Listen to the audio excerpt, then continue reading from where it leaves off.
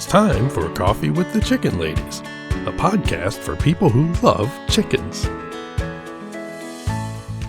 Hey everybody, and welcome. It's Chrisie&Holly from Coffee with the Chicken Ladies.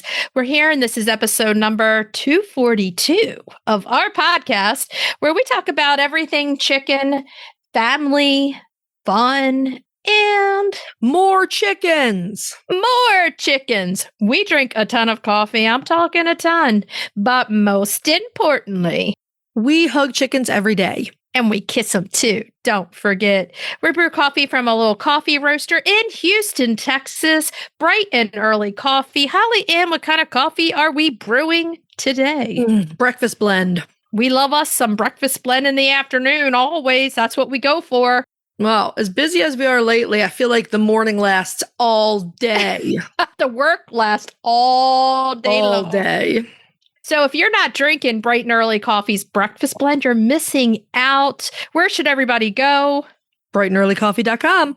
And use our code CWTCL15 for 15% off a bagged coffee. And if you want K-Cups, they got them right on Amazon. Go ahead over. Are you ready to sip some of this delicious breakfast blend in the afternoon? I am. But first, a word from our sponsor. We have some exciting news to share from our sponsor, Grubbly Farms. They're here, new and improved, Grubbly's World Harvest. I'm a longtime subscriber, and my flock love the healthy, nutritious treats, plus orders $40 and more ship free. If you haven't heard, Grubbly's has a fantastic layer pellet and crumble feed. It's packed with plant and insect protein, perfect for those picky chickens and ducks. Grubbly Farms makes food and treats for healthy pets and planet. To support us and Grubbly Farms, use the link grubbly.co/coffee. Try it today. Okay, so we're recording today. We're just missing the storms, thank God. Yeah.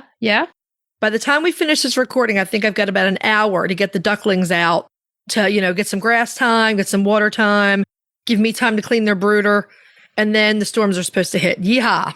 I know. I'm looking at the radar because, hey, if you're a chicken lady or gent, you're always looking at the radar for your babies. It's like you become this weather person and you weren't before. That's having farming, gardening, or outdoor animals means you're looking at the weather a lot. You're looking at the radar, looking at the weather. Okay, and I'm always looking for these. I'm looking at these storms, and then my weather bug has this little moving radar now, so it gives you like an hour and a half. So I can press it and it shows me where it's going. And I'm always like, yeah, it's not going to hit me. And then I'm like, oh no, that's coming. That's not good. But I have the umbrellas out, so they can't be flying during the storm. It's not good. Probably not a good idea now. Or they will really be flying during the storm. That, or I don't need chickens under them and then a lightning striking them or something. So I'm like, I got to watch the radar. But on mine, it says like around 7 o'clock tonight, it's going to be storm time, and that's not going to be fun. Yeah, no. But hopefully it cools everything down a little bit for the night. That would be good. It usually does cool things down. It makes it feel like a rainforest. And then, then the smaller chickens are like, woohoo, I'm a jungle fowl. This is great. And the bigger chickens are like, take me back to the Arctic. Oh, yeah. We're in a drought, but we've had so much rain lately. It was funny because Joe was like, the streets look like Costa Rica streets. Like when we go to Costa Rica, everything is in bloom and full and the trees are going over the streets. But somehow we're in a drought. I don't see it. I guess we still haven't gotten enough rain to make up for all the time we didn't have rain. I don't know. What I know is that my chicken runs were drying out and now they're swamps again. And yeah, it is what it is. Fun. But we're in the heat of the summer. We can see fall in the horizon. Come on, fall. But I will say this. I've got multiple chickens early molting. So not fun. George, my Nankin rooster, he has started molting around his neck and some of his tail feathers. And some of the other Nankin boys molted their tail feathers. I feel like roosters molt before hens do. Little man is growing in more feathers around his neck right now. Yeah, because the roosters tend to really grow the feathers, hackle feathers, tail feathers. Those tend to be the two big areas that they lose from. And the geese are coming out of their molt. And I don't have any of the hens going into a hardcore molt yet, but it's time for some people to start. Yeah. I've got two, Poppy and Peggy is not handling it well. Aww. Peggy is one where I have to intervene because she's not eating well. So I'm having to intervene with her. So these are the things we'll talk about down the road when we talk about molting again. But I'm feeling it right now. I'm feeling it. And so is Peggy. Well, my side, I'm spending an awful lot of time watching the water goblins because they are the funniest thing ever. These ducklings, it's no joke. They are messy. I mean, and even if you contain the mess, it's still a mess. Right. So they're way more difficult than chicks in the brooder. But they are also hilarious. So much fun to watch. I just love them. I'm sure. And on that note, if you're listening to our show and you're loving it, head on over to Apple Podcast and leave us a written review. It does amazing things for the growth of our show. While you're there, hit that subscribe button because you never want to miss one. And they count them. If you're looking for other ways to help support the show, you can tell a few chicken-loving friends about us. You can share your favorite episodes on social media. You can become a patron of the show, patreon.com/coffeewiththechickenladies. Big welcome to our newest members and thank you to all of our old timers. And the other thing you can do to help support the show is visit our website and our show notes, use our affiliate links and discount codes, and buy products from our sponsors. Yay!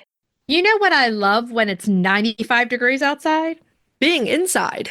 Well, that too, but I really love cleaning my igloo chicken coop. Yeah, it is so easy to clean. You don't have to break a sweat. And you can use a water hose or pressure washer, so it doubles as a cool down. I also love those run covers. Oh man, the shade is superb. I go into the run to cool off.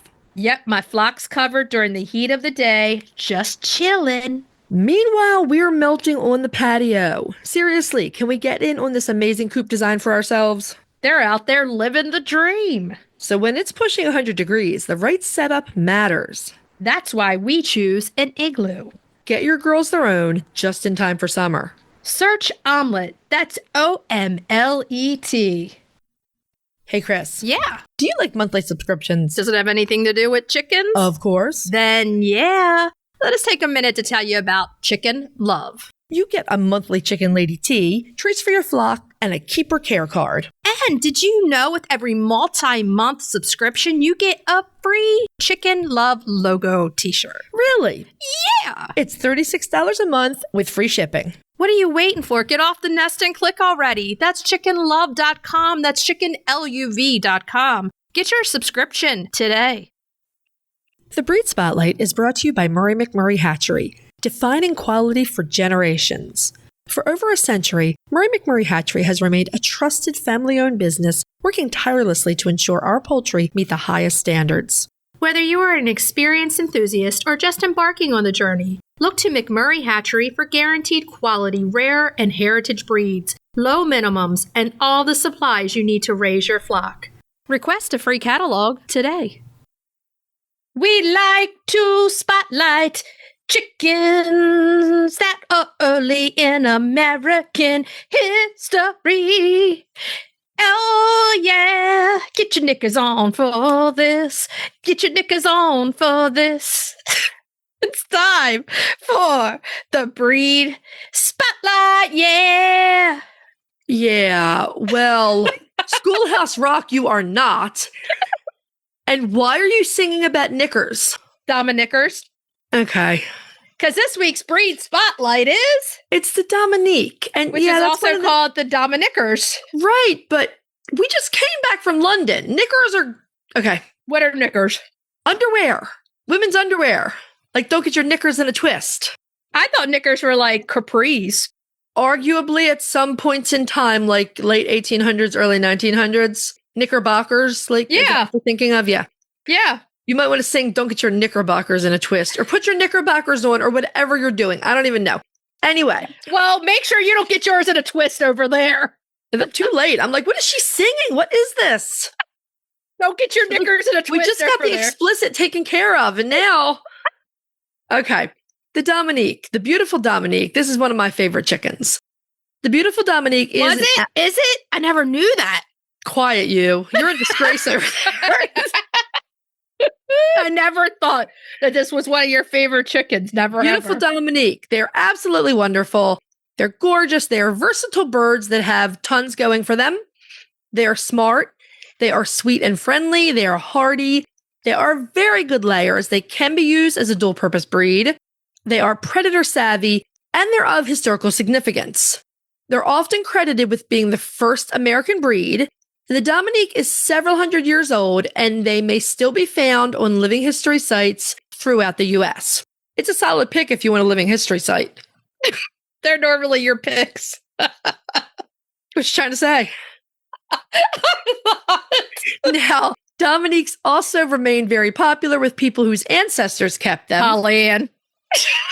I don't know what chickens I know that my great-grandfather on my mom's side and my grandfather on my father's side both kept Rhode Island Reds, but I don't know anybody else any further back than that. I mean, my great-grandfather kept Rhode Island Reds and Leghorns. So yeah, right. But yeah, so I have no idea. Anyway, did somebody keep Dominiques? I hope. Now, the Dominique is currently listed in the watch category of the Livestock Conservancy's conservation priority list. So, they're kind of on the brink of sliding. In the early days of European exploration and colonialism, sailors figured out pretty quickly that keeping livestock on islands where they could stop for provisions along the way was a really smart thing to do. Pick up your eggs. Well, and chickens too, because sometimes the birds wouldn't survive the whole journey. It was a long journey. They would arrive there very stressed and perish shortly after. But by getting most of the journey over, stopping off at an island and picking up some fresh hens that were still in good shape when they got to the mainland worked really well. Most of these islands were in the Caribbean as well, which makes perfect sense. So Europeans had established posts in both the Caribbean and the Canary Islands where they could go before they reached America.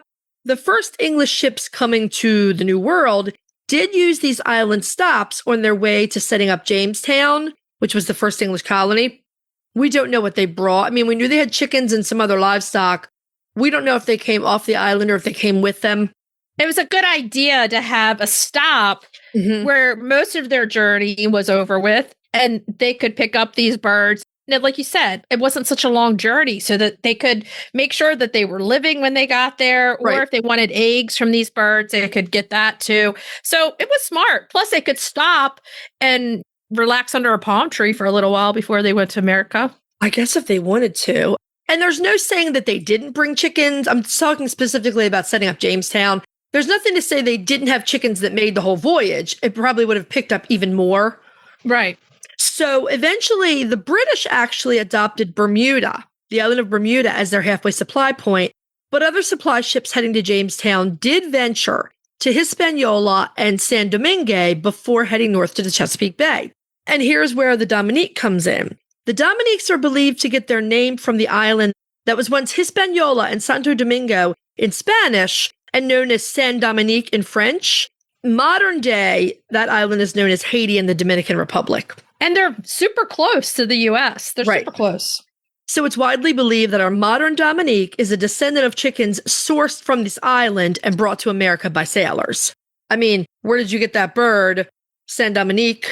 It's a Dominique. The Dominique, right. It's a Dominique, Mom. The colonists came from the island, Mom. Oh my God, no. The colonists probably started breeding them for a standard appearance. And one of the reasons why is because their barring gives them surprisingly good camouflage against predators. Really, they can hide in some tall green they can hide a lot of places because they just kind of look shadowy. And they're very watchful birds. They're smart. They know what's going on around them. Mm-hmm. We don't know for sure how the chickens got to the islands. Obviously, they came from sailors, explorers. We know that, among other people, in 1493, on his second voyage, Christopher Columbus dropped off chickens in Caribbean islands. Right. Where that happened. But there could have been any number of old European breeds that may have been traded or left on the island by these sailors. Did they take Southwest? They're sailors. They're not, I don't even know what to do with that. So Dominiques would have been kept by all socio and economic classes. And the reason we're making that distinction is because bantams, for example, with the exception of fighting birds, which is a whole other ugly subject, bantams tended to be birds kept by wealthy people more often, where the Dominique, they were really neat and everyone kept them. So a middle-class farm wife may have had a flock of Dominiques. a landed gentleman with a lot of money may have had Dominiques, and an enslaved family. All of these people would have happily kept this fantastic little bird. As they spread across colonial America, their name changed a bit here and there, regional differences. The Livestock Conservancy notes that in many areas they were called Dominics, Dominickers, Dominicos. More rarely, they were called blue-spotted hens and old gray hens. They had their knickers on. Their knickers are not in a twist. They're not in a twist. Food historian and author Michael Twitty, he mentions in his book, The Cooking Gene, that his African-American ancestors had always kept flocks of Dominickers. Farm families traveling west took their Dominiques with them in their wagons. They also became popular showbirds, and they were present at the first U.S. poultry show in Boston in 1849. They were also included in the American Poultry Association's first edition of the Standard of Perfection, printed in 1874. In the American class, of course. They were everywhere. This was kind of like the Rhode Island Red of their day, right? I mean, yeah, you had the Java, you had the other chickens that were out at the same time. And the Java seemed to be more of a farm chicken, working chicken. This might have been classified more on the farm pet chicken kind of thing if they had that kind of differential, because it was prettier. It was, I'm not saying that some farmer couldn't have made them her pet, but they were not regarded as pet chickens at the time. Bantams were more likely to be regarded as pets. Well, they're the only ones, but I feel like they're a little bit more or less worker than the Java. The Java was majorly worker. That's the point I'm trying to make. The point is that they went across all spectrums. Yeah. You could find the Dominique on every level. They weren't any less of a worker than the Java, but they filled in all these other slots too. They remained reasonably popular until after the Great Depression. And then they started disappearing in the 1940s and 1950s. And by the 1970s, there were only a handful of Dominique flocks left in the country, which seems crazy. Because you would take them all. Maybe. It depends on how many flocks we're talking about. In the early days of the Livestock Conservancy, like in the 70s, in the 1970s when they were formed, the organization started a Dominique breeding program.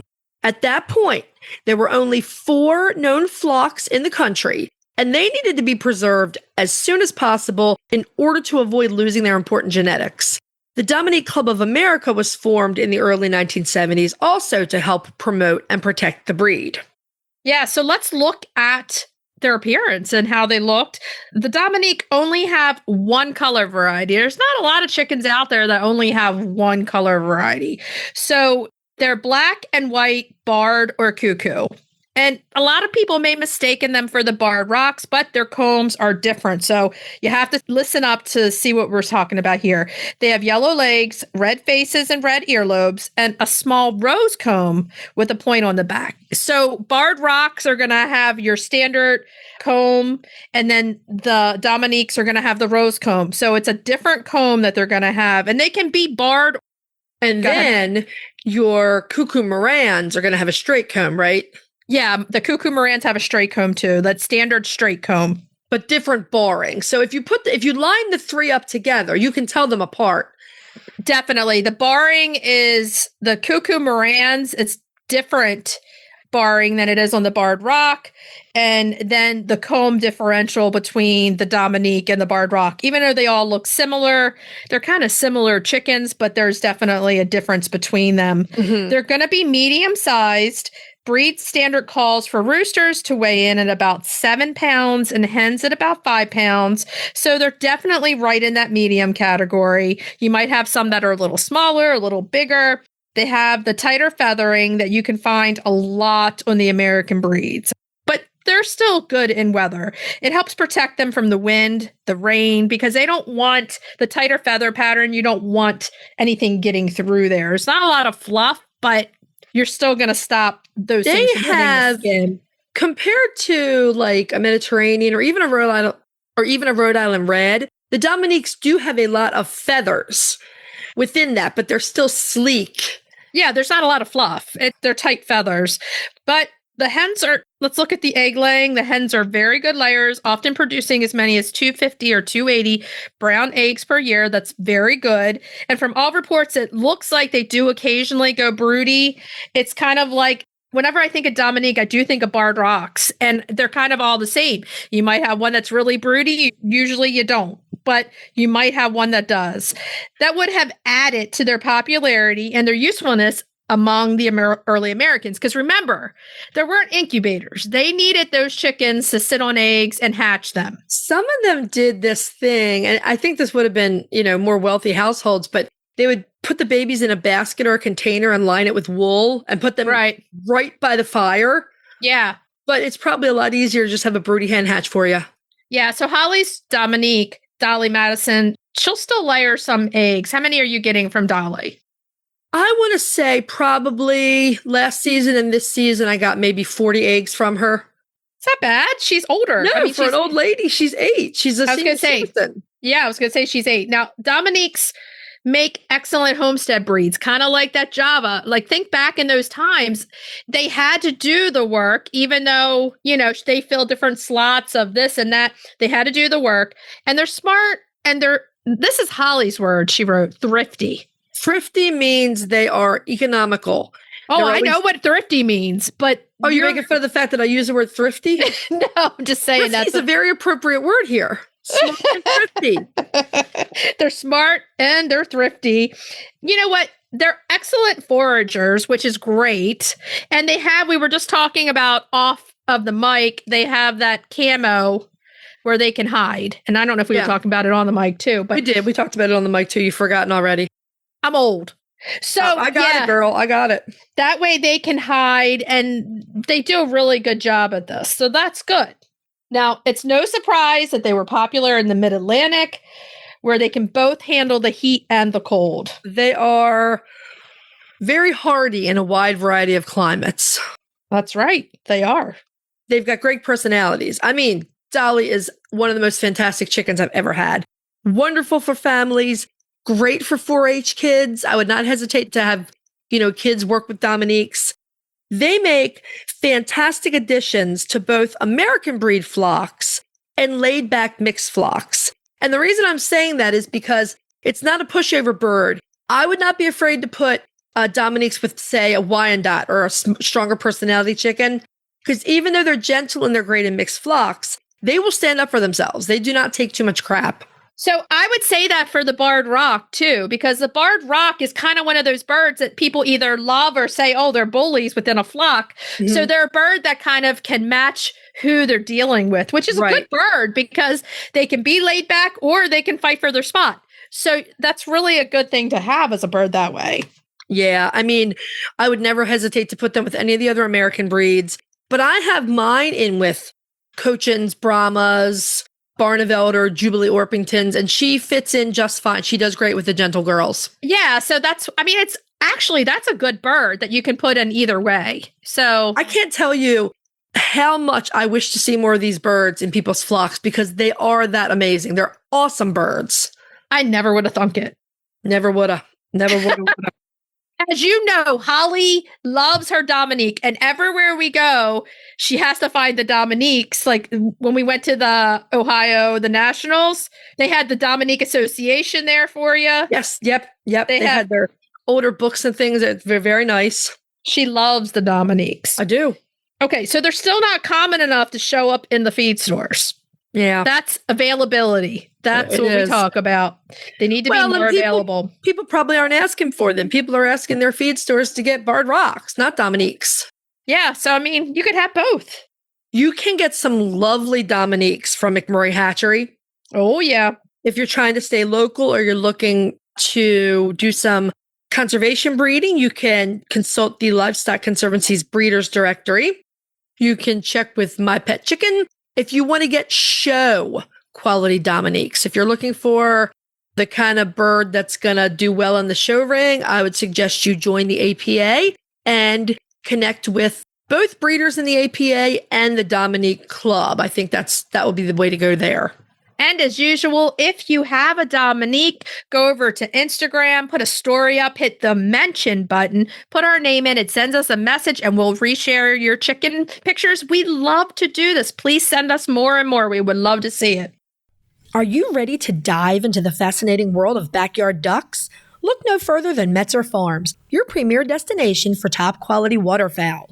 Whether you're a seasoned breeder or just starting out, Metzer Farms has everything you need to elevate your flock to the next level. And if you're passionate about call ducks, you're in for a treat.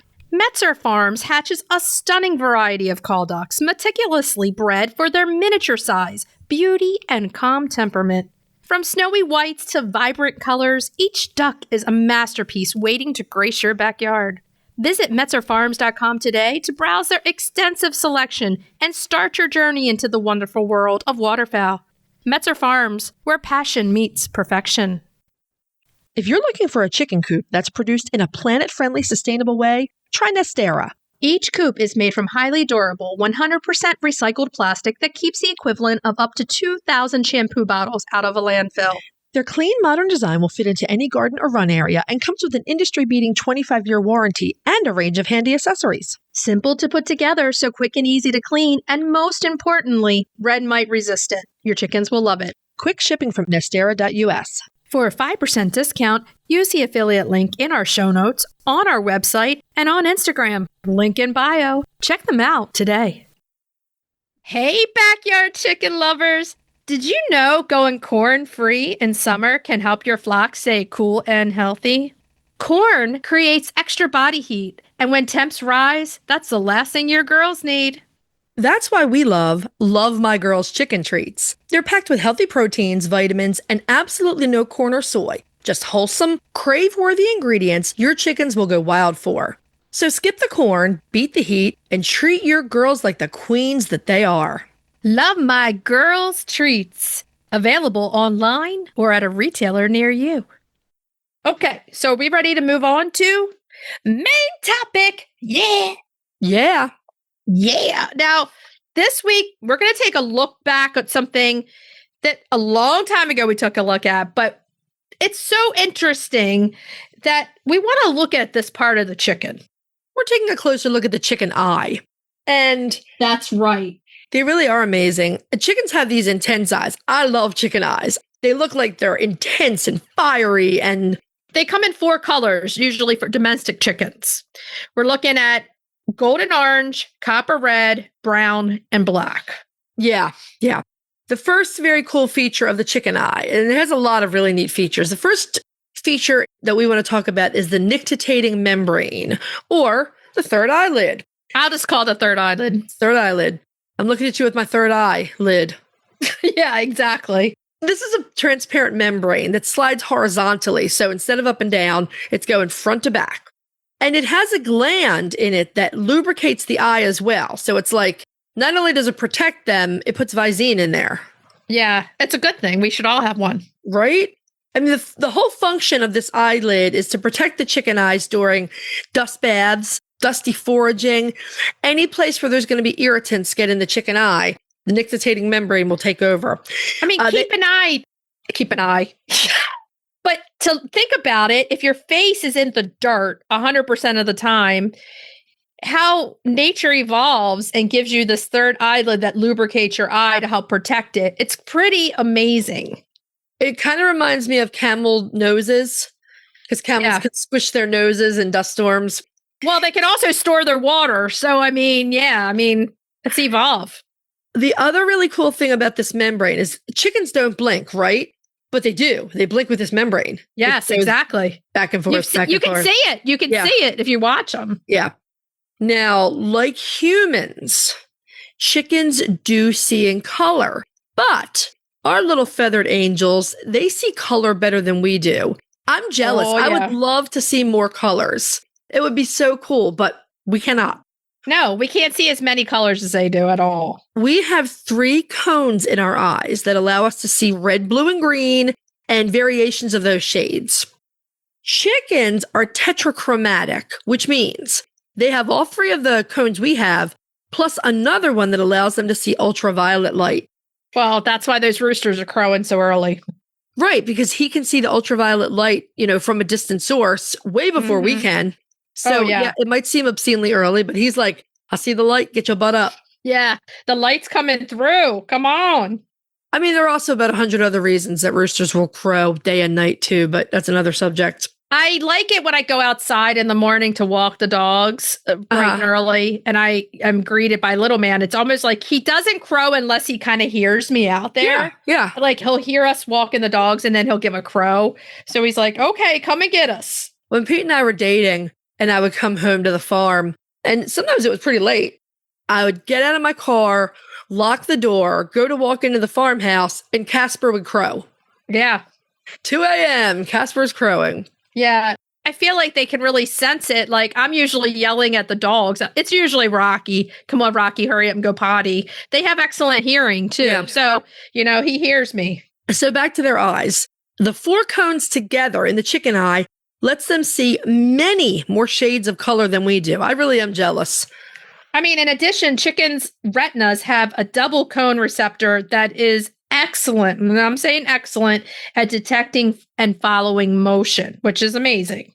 And that's what makes them, hey, they can catch those insects, those bugs, anything crawling around there. They can see it. They can catch them in midair. They're really fast bug catchers. Oh, they are. I mean, in total, let's look at this. Chickens have 5 different types of cones in their eyes. And the scientists have found that the cones are distributed throughout the retina. So it makes the eyesight even better. They're not in one place. They're all around, which is awesome. Essentially, 2 of the same cone are never next to each other. This maximizes the effectiveness of those 5 different cones. It's amazing. I mean, nature really has set them up to, it's almost like, okay, you're going to be hunted by 1 million animals. So we're going to give you the ability to see better than anybody else. So you can see them coming and get the heck out of there. Another really cool feature about the chicken's eye is that the 2 eyes act independently from each other. That's pretty cool. It's very cool. Each eye can perform different jobs and each connects to the brain individually. I don't know. My brain might explode if I had that. Signals coming in from 2 different eyes at one time. Well, they can sleep with one eye open. So they can sleep with one eye, get some rest, but watch what's going on in the world with the other. And it's like half of their brain is asleep. So one eye watches and the other eye and the other half of the brain are asleep. Yeah, exactly. I also would like to have half of my brain sleeping at a time. I think that sounds really good. It'd be kind of crazy. Oh, wait, let me wake up the other side of my brain. I forgot something. Wake up, brain! They function so well, though. Oh, yeah. Another cool thing. One eye is nearsighted and the other is farsighted. Well, they have 2 eyes, but they work separately. So it's actually better than having 2 eyes that just look forward. You have 2 eyes that are their own entity. So they're looking all around all the time. I can't substantiate this. I've tried to. But I have read in numerous sources that this developed because before they hatch, the chick moves so that its right eye is closest to the shell and reacts to the light that filters through the shell, while the left eye faces inward. And again, I don't know if this is accurate, but it does sound plausible. It sounds totally plausible. And it sounds like it's smart for them. I mean, they've really got to be looking all around them at all times. And if they want a nap, they still got to have one eye open. So if they work separately, what can be better for an animal that's constantly hunted by other animals? They need to get out of town quick. These eyes are set for early light. They work separately. They go all around. They see extra lights. I guess the fact that they can see more colors and shades that we can, maybe that makes it easier for them to distinguish predators amongst camouflage. Yeah, that. And then like the tiniest bugs they can see when people can't see them. And it's all about survival for them. They are set up for survival. And that's why I kind of can't stand when people are like, they say bad things about chickens, because I'm like, you really don't know. You really don't know. Chickens are amazing. Yeah, people have just been conditioned. Okay, I'm not going to get on the soapbox, but here's the thing. Grocery stores want to sell chicken, and it's a lot easier to get people to buy an animal in the grocery store if they think it's just dumb. Exactly. Right? I mean, that's totally the case. Yeah. Yeah. So chickens aren't dumb. Silly. Sometimes they're very silly, but they're not dumb.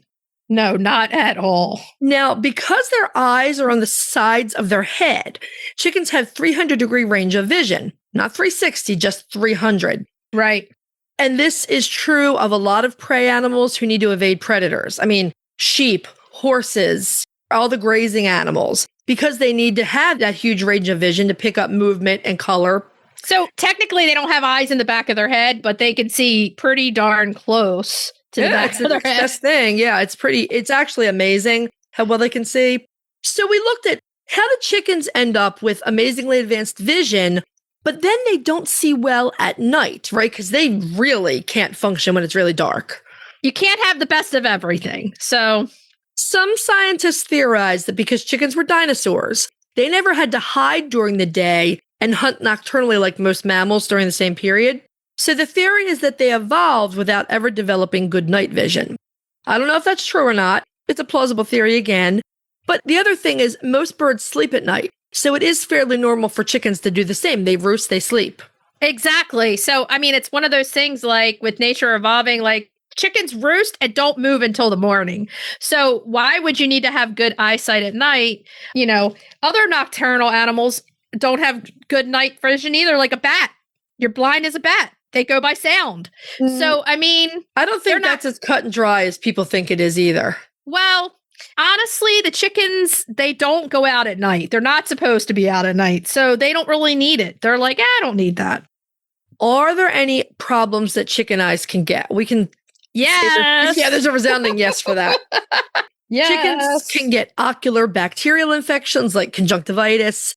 They can also get a parasite in their eye, which is called threadworm or eyeworm, charming. Sometimes their eyes can be affected by viral infections and sinus problems. There is an ocular form of Merrick's disease where the iris turns gray and the eyes can also be damaged by accidents and fighting. So yes, the eyes can have some problems. So I've got two one-eyed birds. I have Katsumoto, my big Australorp rooster. So he lost an eye in fighting. And then I have the sweetest little Seminiferous cream puff, and she arrived from the post office with an injury in her eye. Yeah, so probably a peck. Yeah, something happened. So, and she gets around just fine too. She always has the biggest crop when they go in at night. Yeah, I have a chicken who has a problem with an eye because last year during her molt, it's little Peggy, I figured out after this year with being so bad with her molt, she doesn't move. So somebody pecked her very badly in the eye last year, and she was on medication for a long time. If you remember, she couldn't even open the eye for a while. Oh, yeah. So, yeah, poor girl. Yes, it can happen. This is something that we say have terramycin in your first aid kit all the time. It's something you can get over the counter so that you can treat an eye problem. It's an antibiotic ointment made for the eye. And you can get it right on Amazon. I think we have it on our storefront. That's like, if you can only have 5 or 10 things in your emergency kit, get terramycin. Yeah. When you need it like right away. You need it right then. It's something you should always have. I think I have 2 of them right now because I also had Clover last year. Somebody tore her bottom eyelid. They pecked her. And I had to put the ointment on there while that healed. So you never know when you're going to need it. And like Holly Ann said, when you need it, you need it. So they have amazing eyes. They're awesome. They do, yeah. Our friends at Good Eggs solved the age-old question of how should I wash my eggs? They're chicken people just like us who created the original silicone egg scrubber.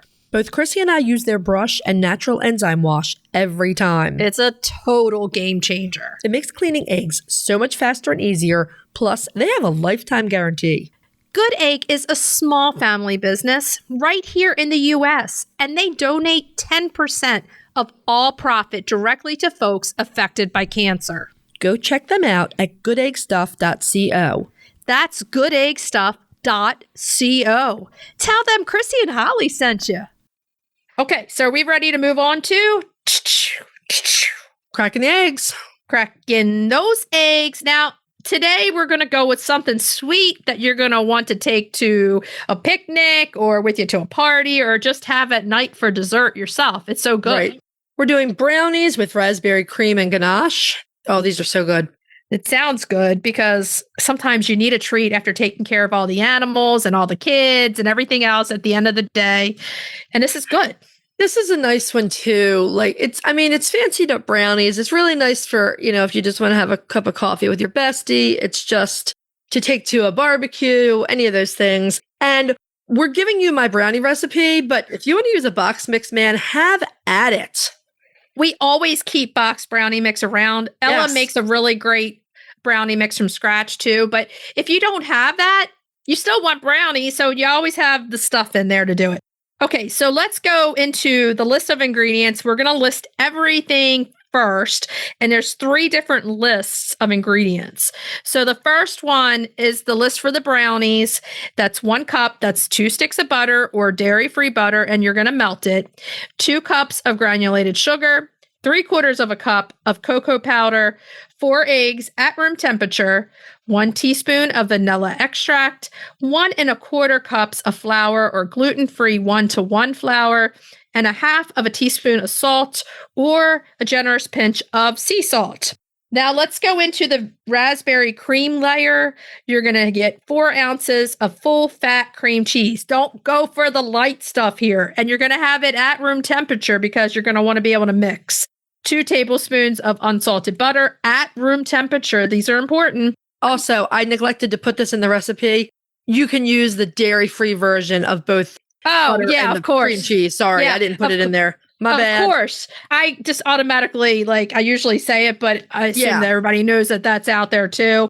1/3 of a cup of seedless raspberry jam, 1/2 a teaspoon of vanilla extract, 1/4 teaspoon of salt, and 1 to 1.5 cups of powdered sugar. Now, let's go into the ganache. It's not hard to make a ganache. It just sounds fancy. Yeah. 1/2 cup of heavy cream, 1 teaspoon of light corn syrup, and 5 ounces of dark chocolate finely chopped. You can also use, because I do this when I'm lazy, I will use dark chocolate chips. Yeah, you can use chips and just melt I them. don't always have time to stand there and chop chocolate.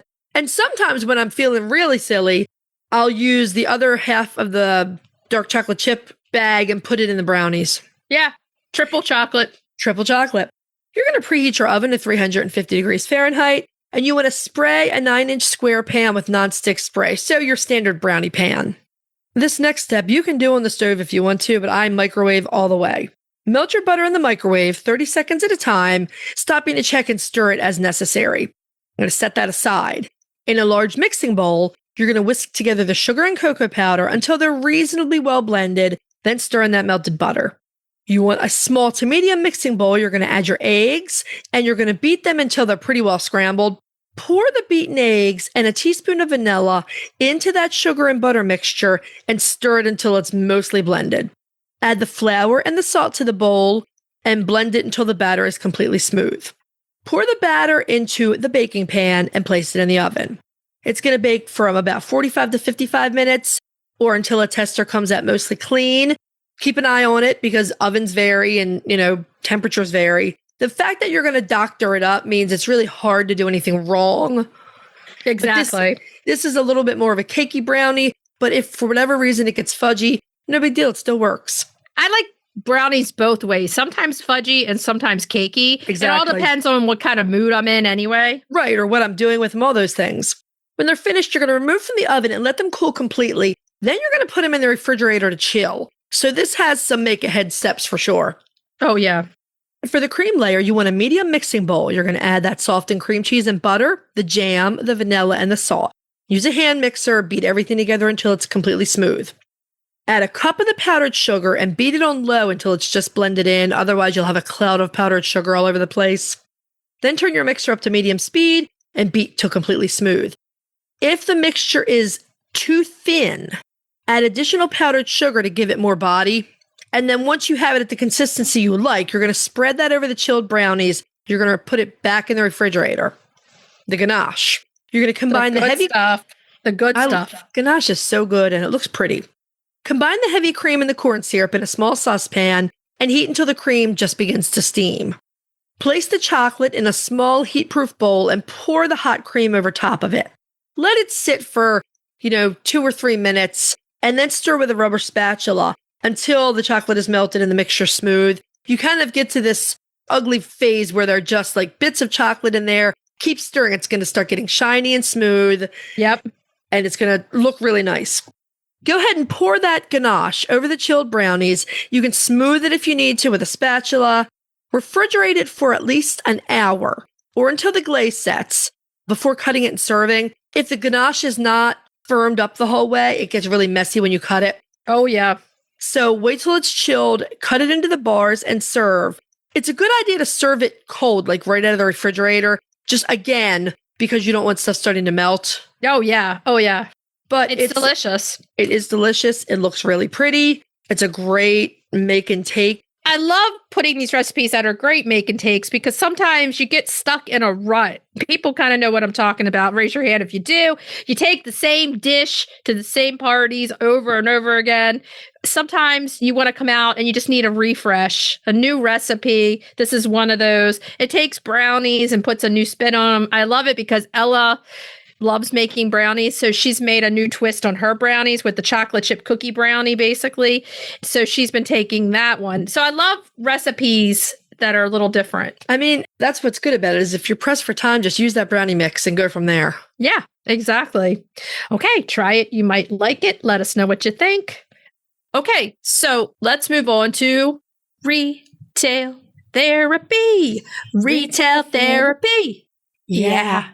This week's retail therapy, it's July, it's hot. We're revisiting chicken swimsuits and not swimsuits for your chickens. Swimsuits.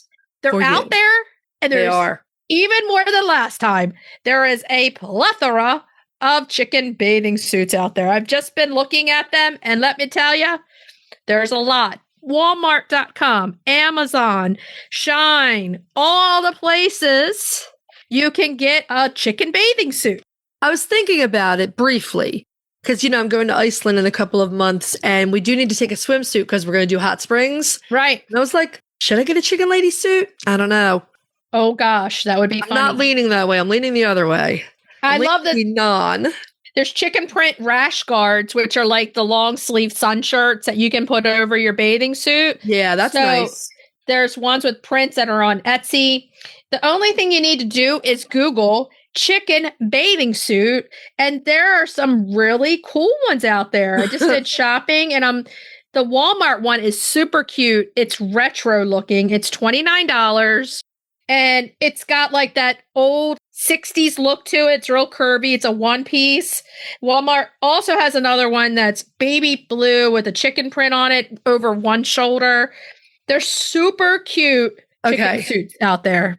I'm going to say that I'm looking at them now, and there are way more of them, and they are way cuter than the ones that we looked at 2 years ago. And the ones that we looked at, of them. Yeah, they were more like a joke 2 years ago. Yeah. But now it's like legit. Like they're kind of making them for the people that have chicken pets and they want to wear what they really like. So the other thing, there's a lot of men's trunks out there. Okay. Yeah, here's one of a rooster drinking a glass of beer. That's interesting. Oh yeah, the rooster's right trunks, right in the middle of the front. The rooster's right there. There's another way. Oh, there's two. I see two different. One on green, one on white. But yeah, same thing. God. Yeah, one's like a 4th of July one, kind of, and then it's got red and white, red and blue stars. I just found couples matching swimsuit for him and her in the chickens with the chicken pattern. Yeah. Oh my God. I found a what's it called? I don't know. Bikini men's underwear one. Woo! Hello. With chicks all over it. Chicks, oh my goodness. Oh my God. That doesn't seem like it's a good thing to do. But they're everywhere. And I will say this. There are a lot more available now than there used to be. So many more. And they're really cute. They're super cute. I mean, love them. So all the places that, I mean, honestly, I'm looking at a lot on Walmart. So Walmart might be a place to go to check it out, to see if you want to get a cute chicken suit for the summer. I'm looking on Amazon. Oh, yeah. Okay. I found one I might have to get. What is it? It's a 2-piece tankini. The little shorts are black and the top has got all kinds of cute, like folklore stylized chickens. And I love it. Nice. Here, I'm going to share the screen so you can see it. Yeah, definitely. Yeah, I think I might get this one. Super cute. You see it? Oh, yeah, that's really cute. Yeah. It has chicks on it standing on the mom's, and then they're like lined up 2 chicks on a mom's back. I really like the folklore pattern too. Super cute. Yeah, definitely. And it's $31 on Amazon. That's not expensive for a swimsuit at all. And I wanted a 2-piece like that with the little shorts Yeah. and the tank top, essentially. Yeah, that's super cute. Super, All right, super cute. Tankini, get in my cart. So give yourself a 5-minute break and go on and look up chicken bathing suits. You might find a cute one you like. So should we tell everybody what we're going to be talking about next week? Next week, we are spotlighting. This is the next to the last of our colonial era breeds for the 4th of July. For July, we're doing the Sussex, all colors of the Sussex, right? One of our favorite chickens. And one of our favorite guests, Mark Eggers, the science and technology lead from Nutrena Feeds, is joining us to talk about protein needs for different breeds. And this is fascinating. It's a good topic. Cracking the eggs. We're doing my easy almond cake because right now all I need is easy, easy, easy. I can't do anything hard. And retail therapy. We have lost our minds a little bit. We're doing Christmas ornaments because it's Christmas in July. And just because it's fun. It's fun. Christmas ornaments. This might be the time to get them so that you have them for Christmas and they're ready to go. A lot of them are on sale right now. So yeah. Because it's Christmas in July. Yep. Okay, so what should we tell everybody to do until next week? Hug your chickens, ducks and geese.